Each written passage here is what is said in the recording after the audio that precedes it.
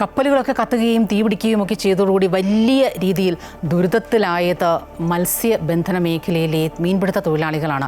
ഇത് ഈ കടലിലൊക്കെ ഒഴുകി നടക്കുന്നത് നീക്കം ചെയ്യാത്തതിനാൽ വലിയ രീതിയിലുള്ള പ്രതിസന്ധി അവർ നേരിടുന്നുവെന്ന് പറയുകയാണ്. പ്രത്യേകിച്ചും ഈ കണ്ടെയ്നറൊക്കെ ഉടക്കി ആലപ്പുഴ, എറണാകുളം ജില്ലകളിൽ ഇതുവരെയായി 40-ലധികം വള്ളങ്ങളുടെ വലകളൊക്കെ നശിച്ചു. ശരിക്കും മത്സ്യബന്ധനത്തിനൊന്നും പോകാൻ കഴിയാതെ വലിയ ദുരിതത്തിൽ തന്നെയാണ് തൊഴിലാളികൾ. ഈ നഷ്ടം സംഭവിച്ചവർക്ക് പ്രത്യേക പാക്കേജ് പ്രഖ്യാപിക്കണമെന്ന ആവശ്യം ഇവർ സർക്കാരിന് മുന്നിൽ വെക്കുകയാണ്.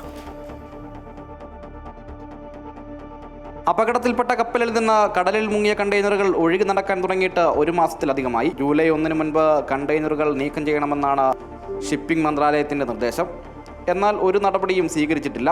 വലകൾ കണ്ടെയ്നറിലുടക്കി ആലപ്പുഴയ്ക്ക് പടിഞ്ഞാറ് കടലിൽ പോയ 40-ലധികം വള്ളങ്ങളുടെ വലകൾ നശിച്ചു. ഈ വലകളിലുണ്ടായിരുന്ന ലക്ഷങ്ങൾ വില വരുന്ന മത്സ്യവും നഷ്ടമായി. കഴിഞ്ഞ ദിവസം മട്ടാഞ്ചേരി, വൈപ്പിൻ, ഗോശ്രീപുരം എന്നിവിടങ്ങളിൽ നിന്ന് കടലിൽ പോയ 9 വള്ളങ്ങളുടെ വലകൾ കണ്ടെയ്നറിലുടക്കി നശിച്ചു. കഴിഞ്ഞയാഴ്ച ആലപ്പുഴ തോട്ടപ്പള്ളിയിൽ നിന്ന് പോയ 7 വള്ളങ്ങളുടെ വലകളും നഷ്ടമായിരുന്നു. ആറാട്ടുപുഴയിലും വലിയഴീക്കലിലും സമാനമായ സംഭവങ്ങളുണ്ടായി. മത്സ്യത്തൊഴിലാളികളെ സംബന്ധിച്ചിടത്തോളം ജൂൺ, ജൂലൈ മാസങ്ങൾ അവന്റെ പ്രധാനപ്പെട്ട തൊഴിൽ ദിനങ്ങളാണ്.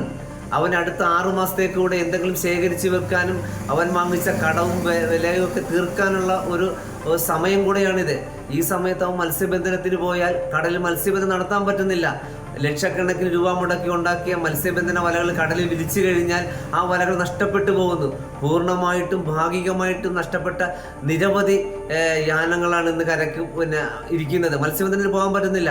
ഇനി ഒരാഴ്ചയിലധികം അവർ വീണ്ടും ലക്ഷക്കണക്കിന് രൂപ കടം വാങ്ങിച്ച് വീണ്ടും ആ വലകൾ മെയിൻ്റെനൻസ് ചെയ്ത് ഈ കടലിൽ മത്സ്യബന്ധനം നടത്തിയാൽ എന്താണ് പ്രതീക്ഷയ്ക്ക് വക നൽകുന്നത്? എങ്ങനെ മത്സ്യബന്ധനം നടത്താൻ പറ്റും?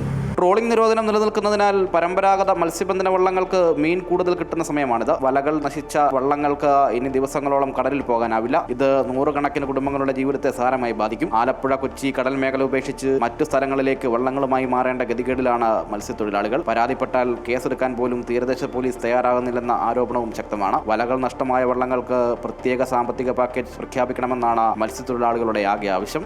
അമൃത ന്യൂസ്, ആലപ്പുഴ.